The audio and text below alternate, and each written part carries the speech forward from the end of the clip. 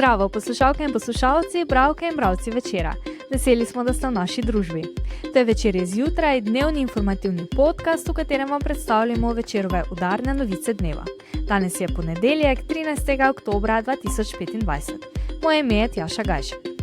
Kako občine tekmujejo za mlade, od štipendij in žepnin do priložnosti za počitniško delo? Zakaj vsi najprej rinejo na Triglav in kako nepredvidljivo je lahko turno smučanje? Pogovarjali smo se s piscem, glasbenikom in avtorjem številnih vodnikov Andražem Poljancem. Dolgoletnemu mariborskemu detku Mrazu ob 28. rojstnem dnevu pripravili posebno presenečenje. Naročite se na podcast, da boste obveščeni ob izdaji naslednje epizode. Vse skozi smo z vami na vecer.com. V času, ko številni mladi po koncu šolanja zapuščajo domače kraje, občine iščejo načine, kako jih spodbuditi, da bi ostali doma ali se po študiju vrnili. Naša novinarka Barbara Bradalč je primerjala 13 občin iz severovzhodne Slovenije in ugotavljala, koliko denarja namenjajo mladim z različnimi štipendijami in žepninami. Analiza je pokazala, da so razlike med občinami kar velike. Barbara, pozdravljena, kaj si torej ugotovila, kako občine vlagajo v mlade? Pozdravljena, Tjaša. Nekatere vlagajo v štipendije in žepnine. Ene bolj, ene manj, nekatere res zelo malo. Recimo občina Ruše podeli 6 štipendij na leto, 3 za dijake, 3 za študente. Druge ponujajo priložnosti za počitniško delo, tukaj recimo izpostavljam na tem mestu občino Kungota. Potem gre za prostovoljstvo, ker nekatere štipendije pogojujejo z aktivnim delom v občinskih društvih. Nekatere pa se pohvalijo še, da imajo razvite druge socialne programe, s katerimi pomagajo mladim. Čeprav so pristopi res različni, imajo nekako skupno sporočilo, da so mladi prihodnost lokalne skupnosti. Če nadaljujem, recimo mariborska občina podeljuje tako štipendije za nadarjene dijake in študente, štipendije za dijake srednjega poklicnega izobraževanja in kadrovske štipendije. Zato namenja recimo 110 tisoč evrov letno, kar je 0,05% proračuna. Med občinami, ki recimo nekako izstopajo, je občina Rače-Fram. Občina Rače-Fram ima že dolgo tradicijo univerzalnih žepnin.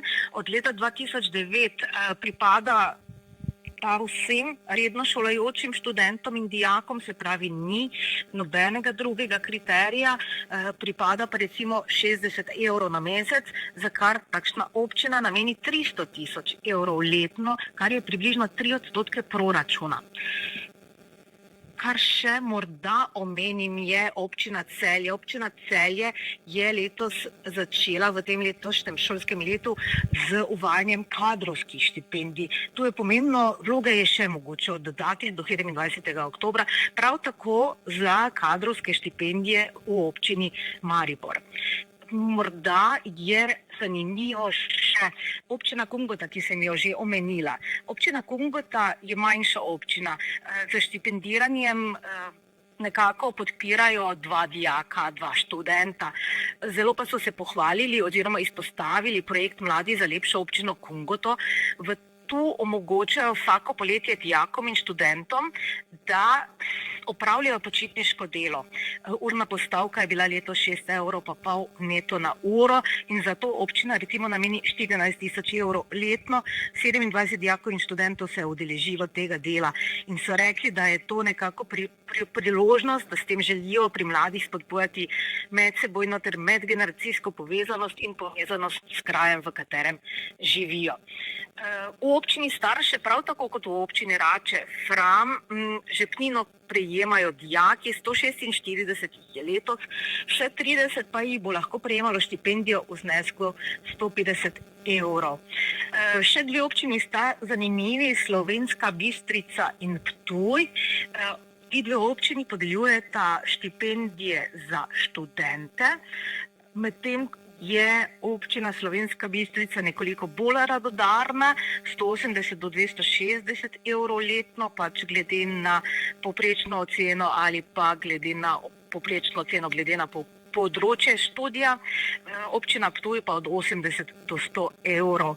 Znesek je seveda zelo potem različen, tudi v proračunu Slovenska Bistrica 225 tisoč evrov letno, 0,81% proračuna, Ptuj 25 tisoč evrov letno, 0,07% proračuna.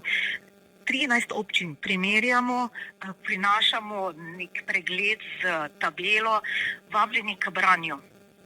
Hvala, Barbara. Jeseni hribi zažarijo in svečan mir, ki se tiho spušča med vršace, nas popolnoma prevzame. V septembru so vrata Visokogorja še na stežaj odprta in težav z vročino ni več. Oktobra se zavedajmo, da je dan že kratek in brez svetilke se ne podajamo visoko. Verjetno nas kdaj že preseneti sneg na zlati veji.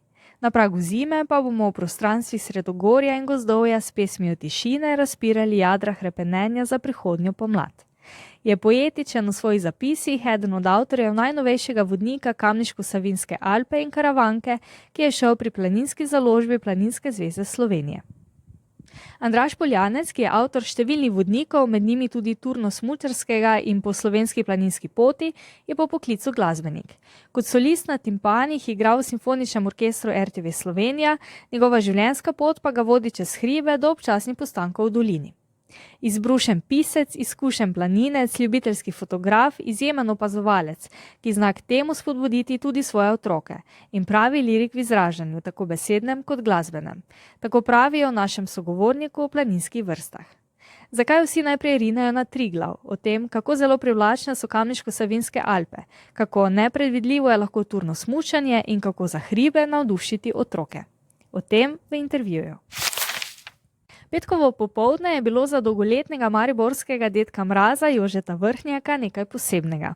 Aktivni meščan, vitez krvodajalstva, ki je kri daroval kar 130-krat, predsednik Zveze borcev in delavec na več področjih, ki je pri Zvezi prijateljev mladine Maribor dedek Mraz že 47 let, je namreč praznoval 80. rojstni dan.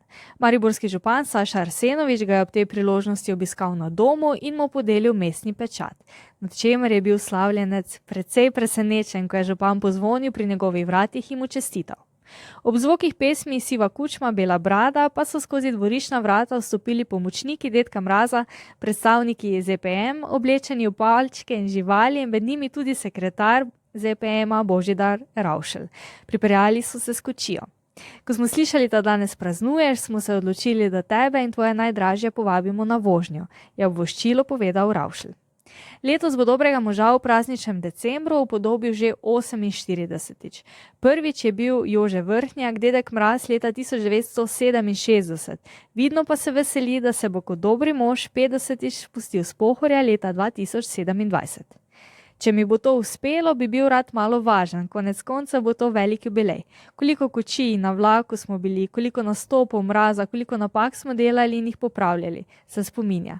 Grcem s to brado, a moram potrpeti, saj je za dobro otrok, se je še pošalil Vrhnjak. To je bil Večerov dnevni podcast, Večer je zjutraj 13. oktobra 2025. Z vami sem bila Tjaša Gajšek. Kakovostno novinarstvo lahko podprete, da se naročite na tiskani in spletni Večer. Postanete naš sledilec in bralec na družbenih omrežjih, naročnik naših podcastov in newsletterjev. Tako boste podprli novinarstvo, ki prinaša avtentične vsebine, ki jih pripravljajo naši novinarji in jih drugje ne boste našli. Želimo, da razumete, kako se vrti svet. Želimo vam odstreti pogled v čas in prostor, v katerem živimo. Veseli bomo vaših komentarjev, pobud in kritik na različnih kanalih. Se beremo in slišimo.